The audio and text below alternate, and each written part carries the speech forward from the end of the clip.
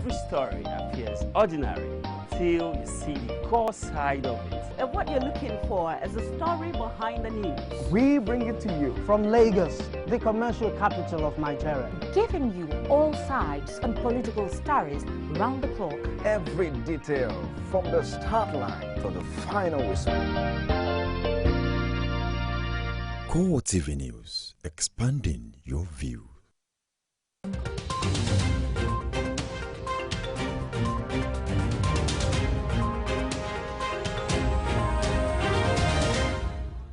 A very good evening to you and welcome to CoreTV Primetime News. I am Nenna Oragwa. And our top stories tonight.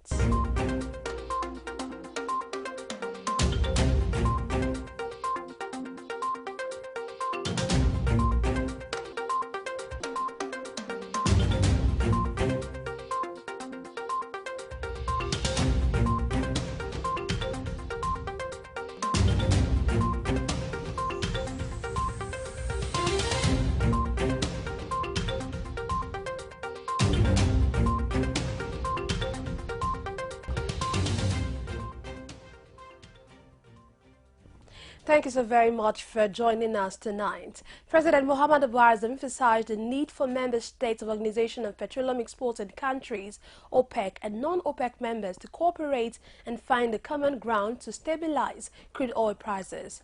Speaking at a bilateral meeting with the Emir of the State of Qatar, Sheikh Tamim bin Hamad Al Thani, President Buhari describes as totally unacceptable the current market situation in the industry, which has seen oil prices plummet by 70% since B-2014. President Buhari's words as members of OPEC and gas exporting countries are relations in the areas of oil and gas which our two nations heavily rely on need to be enhanced and coordinated for the benefit of our people. End of quote. He adds that the current market situation in the oil industry is unsustainable and totally unacceptable. He says further that we must cooperate both within and outside our respective organizations to find a common ground to stabilize the market, which will be beneficial to our nations. End of quote. President Buhari also calls for a lasting solution to the Israeli-Palestinian conflict, saying, "We in Nigeria, like the state of Qatar, favor a two-state solution, with the state of Palestine living side by side with the state of Israel." Nigeria and the state of Qatar have signed bilateral air services agreements to pave the way for direct flights between major cities of both countries.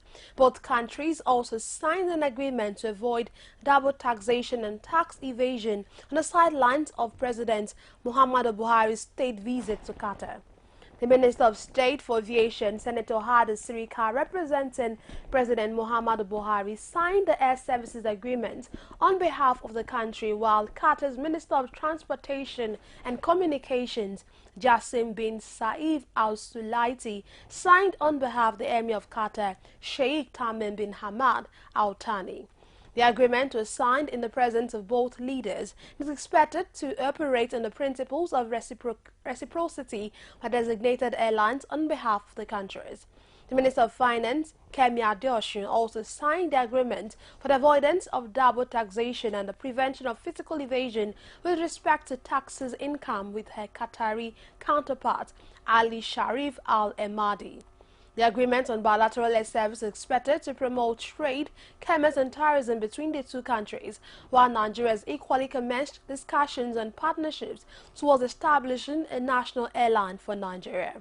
The agreement on avoidance of double taxation, which had been negotiated since February 2015, is considered a step towards bringing in more investment and businesses between Qatar and Nigeria. In a bid to encourage more foreign investment in the country, President Muhammadu Buhari says in Doha charged Nigerians to rekindle the spirit of patriotism and selfless service. Speaking at a town hall meeting with members of the Nigerian community in Doha, the president assures them that the federal government would continue to create the enabling environment for investment in the country and called on peace and security. President Buhari equally promises to look into the complaints of alleged blanket denial of visas to families and relatives of Nigerians intending to visit the state of Qatar. He further says the military and law enforcement agencies were working very hard to prevent and counter Boko Haram attacks on soft targets in the country. Also, President Muhammadu Buhari has ordered an investigation into the clashes between herdsmen and indigents of communities in Benue State. President Buhari, who expressed deep shock at the latest incident during the past week, which led to hundreds of deaths in 4 communities in Agatu, Benue State, has ordered security agencies to get to the root causes of the problem, adding that all Nigerians must learn to live together as one in peace and unity. In a statement signed by Senior Special Assistant on Media and Publicity, Garba Shehu, President Buhari notes that the only way to bring an end to the violence once and for all is to look beyond one incident and ascertain exactly what factors are behind the conflict. He says further that there should not be any reason Nigerians of any group or tongue cannot now reside with one another wherever they find themselves after decades of living together. President Buhari expressed his condolences to the government and people of Benue State, particularly the people of the Agatu communities, assuring them that the government will do everything possible to ensure that no such incidents ever occurred in their midst. He adds that once the investigations are concluded, the country will act immediately to address the root of the problem. The Nigerian Army has reopened the Maiduguri-Damboa Expressway for passage after being closed due to Boko Haram attacks. The Chief of Army Staff, Tikuba Buratai, announced this at the launch of Army Combat Motorbikes in Damboa, headquarters of Damboa local government area of the state. He said the army would work towards securing the lives and properties of motorists plying the roads. Lieutenant General Buratai added that the troops will be on alert 24 hours to ensure that the road is kept open. The 88-kilometer-long road has been deserted ever since the Boko Haram insurgents captured Damboa local government 2 years ago, hoisting their flag in July 2014. The Pan-Igbo Socio-Cultural Organization, Ohanaeze Ndigbo, has demanded the establishment of a Southeast Development Commission to tackle the infrastructure deficit in Igbo land. The national president of the Ohanaeze Ndigbo Youth Wing, Okechukwu Eziguzoro, says the establishment is the panacea to ending the agitation for the creation of Biafra Republic.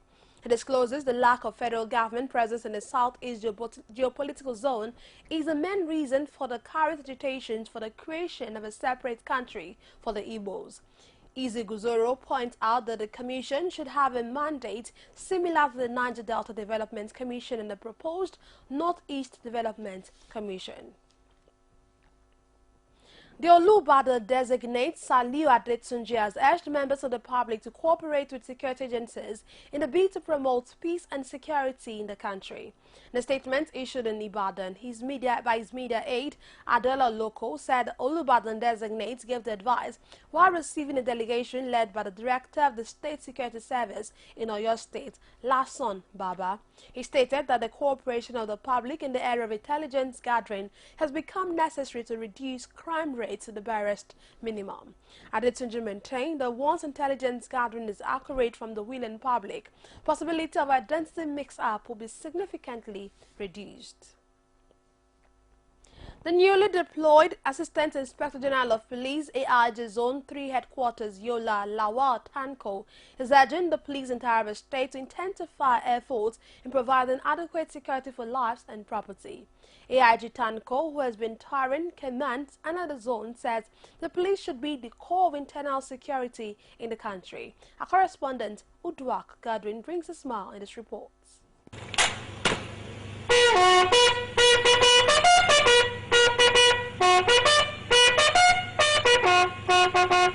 The AIG imploring officers to respect the fundamental human rights of every citizen as enshrined in the Constitution of the Federal Republic of Nigeria, stressing that the need for the police to have and exhibit attitudinal changes to do the right things required of them. It's only to remind us all about the happenings in the police, the way we carry out our duties, and the response we receive from members of the public. Because all of us are in this service to serve the public. We are servants of the public, and we must be seen to be performing our duties to their satisfaction. He says his attention to the laudable efforts of the command is exemplifying, especially in the area of crime reduction, asking the commissioner and men to keep up the good work. Also, together with you, to appraise the crime situation in the zone, and particularly in the state. The State Police Commissioner explains that the command is recording achievements in reducing crime rates to the barest minimum due to the command's collaboration with the community leaders and stakeholders in the state. 2. Inadequate barracks accommodation for the officers, members of the inspectors and rank and file. 3. Insufficient arms and ammunition, riot equipment in the state command. Inadequate medical facility for police personnel. The Taraba State Command is within the year established a special anti-robbery squad, SAS unit, which over 60 suspects apprehended for various offences, and most of them have been charged to court for persecution. Udwa Godwin, CoreTV News, Jalingo. The nation's judiciary has come under series of allegations of bribery and corruption over the years. The most recent is the prosecution of Ricky Taufe, a senior advocate of Nigeria, by the Economic and Financial Crimes Commission over allegation of bribing a judge. The special report by Abiola Oluwole looks at the Nigeria judiciary and the barrage of allegations of corruption against it. The reports. Ridding Nigeria of corruption is a major thrust of the President Muhammadu Buhari administration. The president was unequivocal, saying the war against corruption will be fought within the ambit of the law, a position that has attracted commendations from Nigerians. I will leave no stone unturned in the effort to rid Nigeria of corruption. I must, however, add that in doing this, we shall operate within the ambit of the law. In the same vein, the EFCC chairman Ibrahim Magu says the agency under his watch will not disobey any court order in the fight against corruption. I assure you that we will never have a cost. We never had any cost to disobey any court order, and we will not disobey any court order. So it's not true that we have got EFCC. There is no such disobedience to court order. We have never, and we will never disobey any valid court order in the performance of our duty. Inasmuch as support for the ongoing anti-corruption crusade continues to grow, most Nigerians are expressing reservation about the sanctity of the judiciary in the battle against graft. The nation's judiciary has come under intense searchlight of Nigerians over allegations of corruption, with many observers still wondering why nothing was done to conclusively investigate the allegations and counter-allegations between former Chief Justice of Nigeria, Ignatius Adolphus Katsina Alu, and former President of the Court of Appeal, Isa Ayos Salami. The controversy surrounding the matter eventually led to both retiring under a cloud. While some Nigerians see the judiciary as the last hope of the common man, others say justice is reserved for the wealthy and influential members of the society, with allegations of graft from all quarters against both judges and lawyers. They say the prosecution of Ricky Taufe by the EFCC over allegation of bribing a judge with 225,000 naira, an allegation that is denied by the prominent lawyer, is a pointer to the rot in the nation's judiciary. So I don't want to subscribe that there is corruption in the judiciary. I don't want to subscribe to it. I have the belief that if you have your evidence, prove it. We shouldn't be condemning our judges on the pages of newspaper or on TV. We should rather find genuine evidence and convict anyone that we believe is corrupt. It's an allegation. Once there's no evidence, until it's proven, it's only an allegation. You know, everybody is presumed to be innocent until the contrary is proved. As long as there's no evidence, it continues to be an allegation. Also, the presidency has recently accused legal practitioners of perverting the course of justice by applying delay tactics in their defense of corrupt Nigerians. But the Chief Justice of Nigeria, Mahmoud Mohammed, has consistently warned legal practitioners to shun acts capable of disparaging the nation's judiciary. At every lawyer's call to the bar ceremony, you are charged to serve Nigeria and serve humanity with justice without fear or favor, affection, or ill will. I urge you to pause and reflect on whether we still hold on to this particular charge. We must all be guided by our conscience and do part to serve our independence and our determination to act in accordance with the rule of law, no matter whose ox is gored.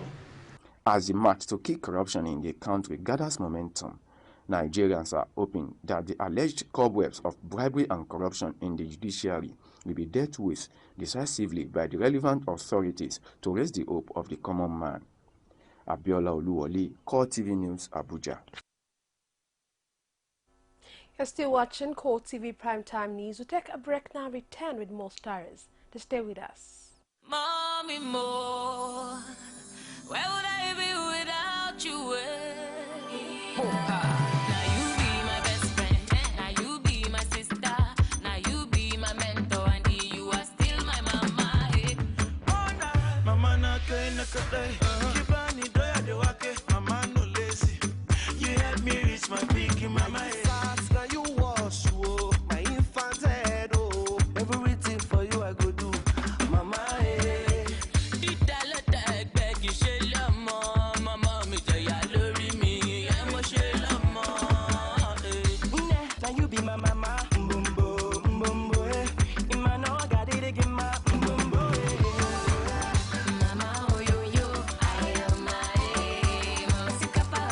Show your sweet and caring mother how much she means to you. Celebrate her with the special Peak Packs.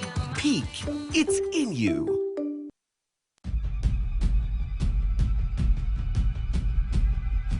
Are you aware that the death percentage attributed to Lassa fever cases is currently put at 43.2%, a figure considered very high?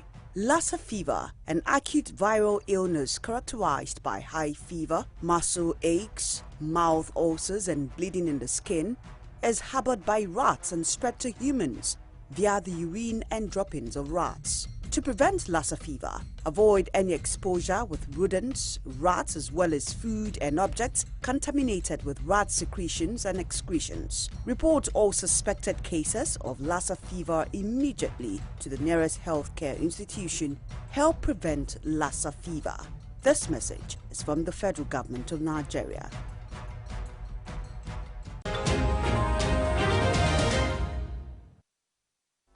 Glad to have you back. It's still CoreTV Primetime News. A quick recap of our top stories.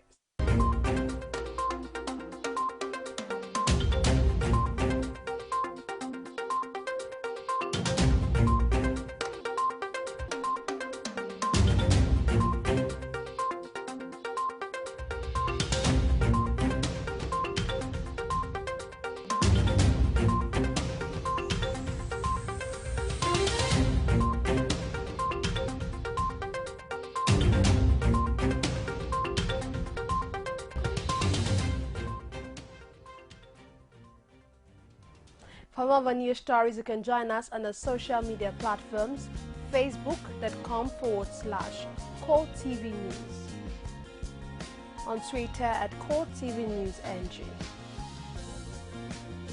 and on our YouTube channel, youtube.com/CoreTV, leave a space news. The management of the Federal Airport Authority of Nigeria, it's been seriously grilled by the House of Representatives Aviation Committee over its 2016 budget. Our correspondent Emmanuel Ehijene reports the FAN failed to bring the document required of them, which caused high turns. The report is taken from our studios. Chairman of the House Committee on Aviation didn't dance around the issue, going straight to the point and telling the House it will amount to an exercise in futility if the management of FAN failed to give proper account of how the monies for the 2015 year was appropriated before studying the 2016 budget for approval.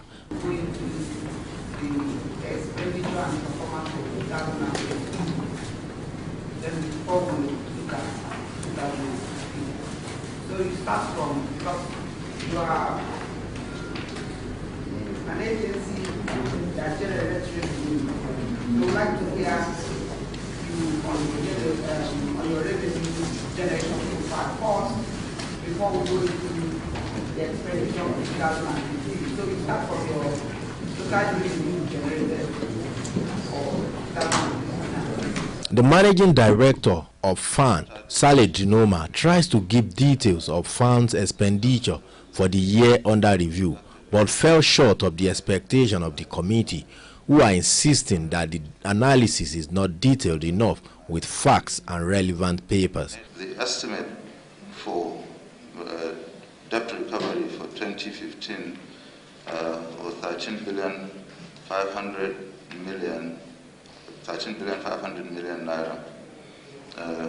The actual revenue, debt recovered is 4,344,610 naira. Now, the total revenue generated, while the approved is 72,506,603,482 naira, the actual generation is 52,568,568,063,071 naira. The chairman was forced to adjourn the sitting to enable the management of FAN come back and properly brief the committee on the 2015 budget, warning that failure to convince the committee will mean the forfeiture of the 2016 budget. The federal government says it has removed 23,846 non-existent workers from its payroll. A statement from the Federal Ministry of Finance today says this figure represents a percentage of the number of non-existent workers who had hitherto been receiving salary from various ministries, departments and agencies. It reviews that with this development, the salary bill for February 2016 has reduced by 2.293 billion naira when compared to December 2015, before the BVN audit process commenced.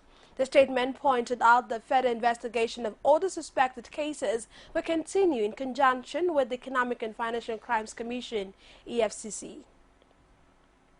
The critical need for gathering credible data and driving development in different sectors of the economy has come to the fore as data analysts call for better strategies in government-private sector partnership to bridge the gap. Experts also believe that data research has a lot of role to play in helping the government to give proper accounts to citizens. Our correspondent, Akin Obakeye, brings us more in this report. Nigeria is the most populated in the African continent, with an estimated population of over 150 million people. How has scientific data research helped in planning? How has an instrument such as the social media help in capturing data on engaged as well as unemployed youths? It's been effective. You know, you see Nigerians sitting down talking about data. It raises the question, that gathering over social media raises the question, what don't we know? What do we need to know to get things right? And I think what is very clear is that the participation of millions of Nigerians through a digital forum to ask questions, to tell their stories, starts to help us to aggregate what we're saying to the world. So I think it's been effective, but I think we have to build up on it. Some issues pose great challenges to gathering credible data. Important to get data. For example, how many people have even collected their PVCs? We have the information given by INEC, but if you actually go down to the grassroots to actually find out the number of people who have their PVCs, you'll be amazed the kind of figures you get. But to go down to the grassroots requires quite a lot of funding to do. But it can be done, only that it will take quite a lot to achieve. How can this help in bridging the unemployment gap in the country? It would also help in, placement of these people. If we knew that, in this demographic, there are this number of people who are unemployed and have been for this number of time, the next question is why? If we have those data, if we have those facts lined out, of course it will help in informed, solution provision. So yes, data, it's one thing to have data, it's another thing to know how to use it. Without doubt, the importance of evidence-based research in providing accurate data for policy formulation, planning and development is one that must encourage Nigerians to make it more available. Akionbake, CoreTV News, Lagos. The National Human Rights Commission, NHRC, says reported cases of violence against children is very high in Kaduna State. Kaduna State Zonal Coordinator of National Human Rights Commission, Chris Energy, said about 2/3 of children in the state between ages 5 and 14 is subjected to physical punishment by their caregivers on a regular basis. However, noted that only about 1/3 of such cases are reported to the Commission or relevant authorities. Further explains that the majority of those involved in violence against children are the relatives and in few cases, caregivers. Energy maintained that supporting parents and equipping children with life skills, strengthening judicial, criminal and social systems, and domesticating the child right law will enable societies and governments prevent and reduce violence against children. In the same vein, the Lagos State Domestic and Sexual Violence Response Team, in partnership with the Ministry of Health and the Primary Health Care Board, have launched the Sexual Assault Standing Order and Sexual Assault Evidence Examination Kit, also referred to as Rape Detention Kit. This is in line with the mandate of Governor Akinwumi Ambode. At the weekend, coordinator of the DSVRT, Titilola Vivo Adeniyi, says the launch was done at a training session for health workers of primary healthcare centers and leased the 5 pilot centers to include Ogudu, Itailewa in Ikorodu, Ajilete in Ifako-Ijaye, and Palm Avenue in Moshi and Oshodi in Oshodi Solo. Vivo Adeniyi says the selection of the pilot primary health care centers was methodically done as statistic reviews the sexual and gender-based assault-related crimes and most relevant in these areas, adding that these centers render 24-hour service, laboratory, HIV counseling and testing, and maternal and child health services. According to the DSVRT coordinator, the rape kits contain the necessary instruments used for evidence gathering and examination, some of which include microscope slides, saline water, swabs for collecting fluids from delicate body parts like the lips, cheeks, thighs, and private parts. The Association of Commercial Motorcyclists, popularly called the Okada Riders and Port Harcourt, the state capital, is called on Governor Nyesom Wike to lift the ban preventing them from plying major roads in the city. The ban was placed in 2012 during the administration of former Governor Rotimi Amechi.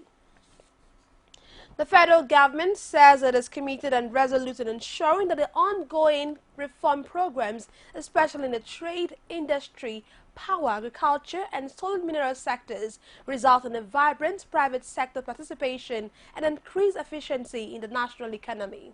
The Minister of State for Trade and Investment, Aisha Abubakar, made this known while declaring open the 37th edition of the Kaduna International Trade Fair with the theme Promoting Solid Mineral Sector for Sustainable Economic Development in Nigeria. Kaduna State correspondent tells us more in this report presented from our studios. The minister stresses the need to diversify the economy from a monoproduct as a major priority of the federal government. She says for a country to attain sustainable growth and development, the economy has to be diversified in order to ensure job creation and increased investment inflow into key areas such as mining, agriculture and manufacturing for enhanced and rapid industrialization. Especially in the areas of trade, industry, agriculture and solid mineral sector, result in a vibrant private sector participation and increased efficiency in the national economy. As we confront the challenges ahead, I urge the entire private sector operators in Nigeria and their foreign counterparts to positively reciprocate these gestures by investing in the identified growth and employment generation sectors of the economy. In his keynote address, Kaduna State Governor Nasir El-Rufai, represented by the Commissioner for Commerce and Tourism, Balarabe Shehu, says this year's theme is in line with the consistent vision of the state government policy to revitalize and diversify the economy and at the same time expose non-oil export products with a view to attracting local and international investors. Balarabe maintains that the state government has plans to develop modern markets, industrial parks, as well as Kaduna Inland Dry Port across the state. The commissioner says Kaduna State government believes that the outcome of the 10 days Kaduna Trade Fair will lead to the development of concrete partnership machineries that will support the country's economic growth to make Kaduna great again. Opportunities for investments in the solid mineral sector in Nigeria and prospective licenses for investors, both local and foreign, to participate in exploitation of the vast mineral resources in Nigeria are granted by the Federal Ministry of Solid Minerals that has recently been made more robust. That being said, I have no doubt that this fair will be a veritable ground for business interactions that will bring to the fore the innumerable potentials in this sector. Earlier in his welcome address, President of the Kaduna Chamber of Commerce, Industry, Mines and Agriculture, Katsina, says that within 6 months, members of the organized private sector lost about 1.46 trillion naira, occasioned by the stalled business activities due to inadequate supply of foreign exchange as a result of federal government policy on foreign exchange restriction. He states that the 37th edition of the trade fair, compared to previous versions, has witnessed an upsurge in the number of participants, stakeholders and patrons, adding that the theme, promoting solid mineral sector for sustainable economic development in Nigeria, is to complement and support the genuine aspiration of the current government for a robust diversification of the national economy and for reduction in over-dependence on oil and gas and creation of jobs. To create jobs. There is no doubt that the present administration is confronted with huge financial burden, partly caused by the reduced federation revenues, which have been largely sourced from proceeds of crude oil sales associated with growing expenditure profile. The reduction in global crude oil prices is not expected to abate, at least in the short run. Alimi Bello says over 10 countries are participating at this year's edition. No fewer than 50,000 participants, both local and international, are expected to show up for the 10-day exhibition in Kaduna State. Great potential in achieving this objective is, of course, the solid mineral sector and agriculture. The Consumer Advocacy Foundation of Nigeria, CAFON, has called the Nigerians to declare March 1, 2016, no banking day to protest excessive bank charges. Organizers of the boycott seem to be winning the hearts of Nigerians as the campaign intensifies against central bank directive to commercial banks to deduct charges from some transactions. Our correspondent, Victoria Solomon, followed this report presented from our studios. Most Nigerians, both high and low, and from every walks of life, operate one or more bank accounts. Some are even account holders with different banks.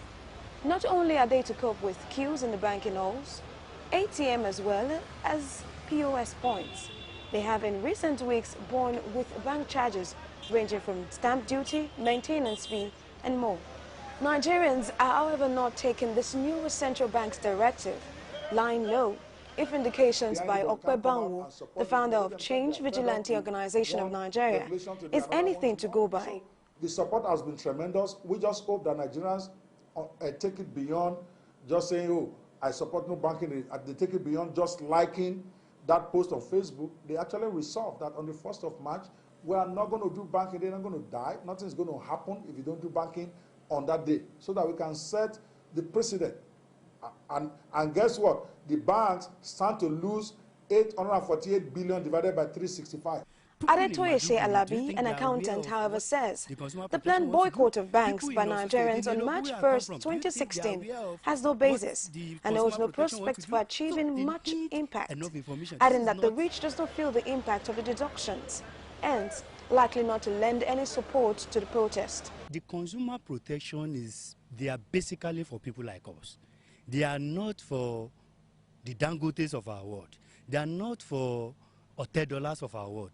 They are not for GDA regions of our world. Those people, they can never boycott banking on that very day. That is number one. Then number two, what is the level of disseminating of this information? People in Maduguri, do you think they are aware of what the Consumer Protection wants to do?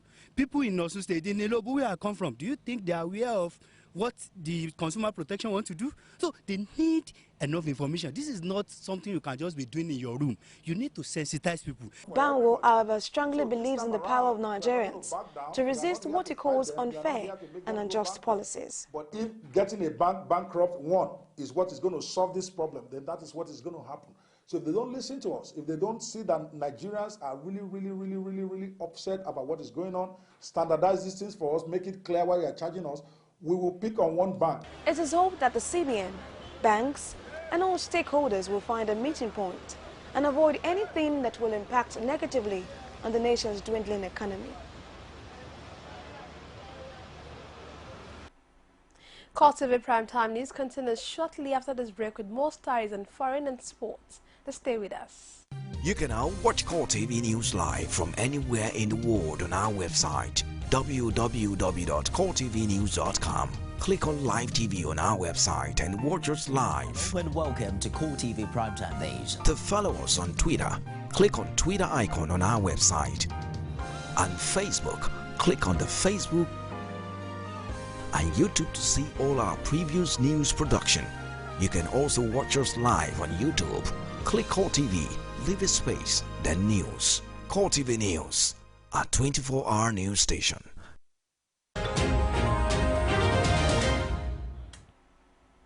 Glad to have you back on the foreign scene. The Islamic State of Iraq and the Levant ICU fighters have launched a major offensive against Iraqi forces in a town just 20 kilometers west of the capital, Baghdad, killing at least 18 soldiers and militiamen back in the army.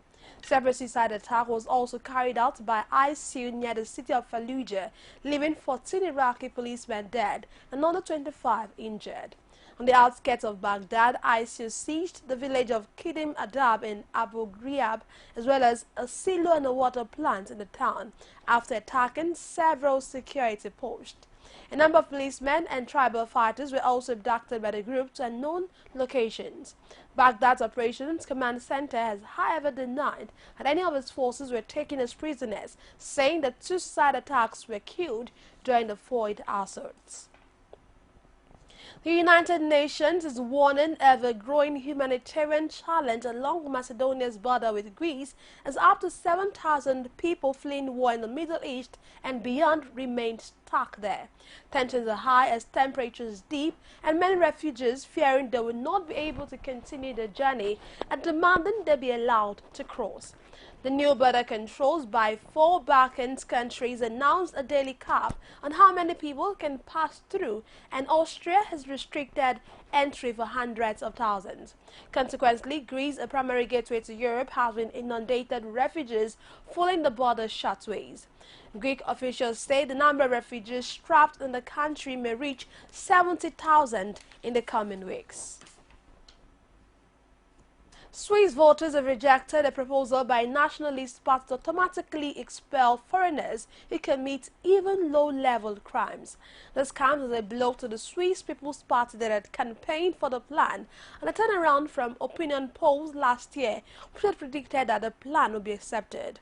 The proposal was opposed by the government, parliament, and major political parties, which warned that the move would circumvent the fundamental rules of democracy. The referendum vote proposed by the parties sought to expel any foreigner found guilty of crimes such as giving false testimony or carrying drugs, which are usually punishable with short jail sentences or fines. Opponents warned that if the proposal is passed, people born to foreign parents in Switzerland risk being deported to countries they have never lived in for petty offences. Syria's opposition has accused the government of multiple ceasefire violations on day 2 of a temporary truce. This accusation comes even as reports revealed that aid convoys are being delayed from bringing supplies to desperate civilians caught up in the war. The Syrian coalition said Bashar al-Assad's regime had attacked 15 rebel-held areas across the country with heavy artillery, machine gun fire, and barrel bombs. Activists also accused Syria's ally, Russia, of funding at least two villages in Aleppo province with airstrikes. Russia has, however, disclosed that it actually targeted members of al-Nusra Front, which is linked to Al-Qaeda and are excluded from the terms of this deal. And now to sports. Power style, and that's what he delivered. Assistant coach Fataya Moore will be leading Nigeria's Olympic team following the elevation of Samson Siasia to the Super Eagles. Former Sunshine Stars coach Amor will therefore lead Dream Team to next month's friendly against Brazil. The Nigeria Football Federation and the Confederação Brasileira de Futebol have confirmed that the friendly will be played in Brazil on March 24. To serve as preparation for both teams for their participation in the Olympic Games Rio 2016. Both teams were involved in one of the most memorable matches in the history of the men's football tournament of the Olympics back in 1996, when the Dream Team came back from 1-3 down to eliminate Brazil in the semi-finals. Nigeria beat Argentina 3-2 in the finals to claim Africa's first ever Olympics football gold. American Stephen Curry continues to break his own single-season best of 286 three-point baskets with 24 games left. Stephen Curry has scored more than 50 points in 3 games this season. Curry's team, the Golden State Warriors, rose to victory over Oklahoma City with 121 to 118 points, marking the 53rd win in 3 games this season. Describing his experience after Saturday's game, Curry says he got a good rhythm dribbling up and found a good spot to take her from. He adds that he had confidence all night. Thankfully, the last one went in when he had a chance to win the game. And finally, champions in the English League Cup finals were determined through penalty shootouts as Liverpool and Manchester City drew 1-1 following extra time at Wembley Stadium. The shootout saw Liverpool record 2 goals and Manchester City 4 goals emerged victorious. Manchester City took a 49th minute lead as it sought a second League Cup crown in 3 years and 4 in total. However, 8 times winner of the competition, Liverpool took the game to extra time when Felipe Coutinho followed in to score with 7 minutes remaining after substitute Adam Lallana had hit the post.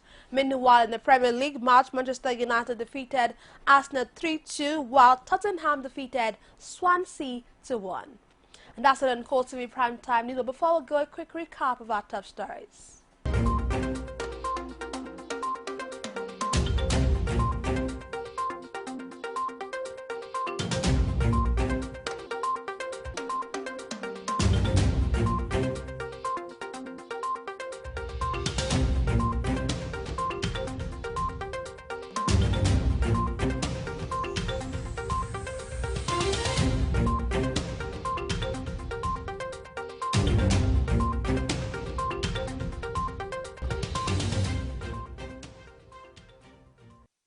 Thank you so very much for staying with us tonight. I am Nena Oragwa. Do have a beautiful night rest.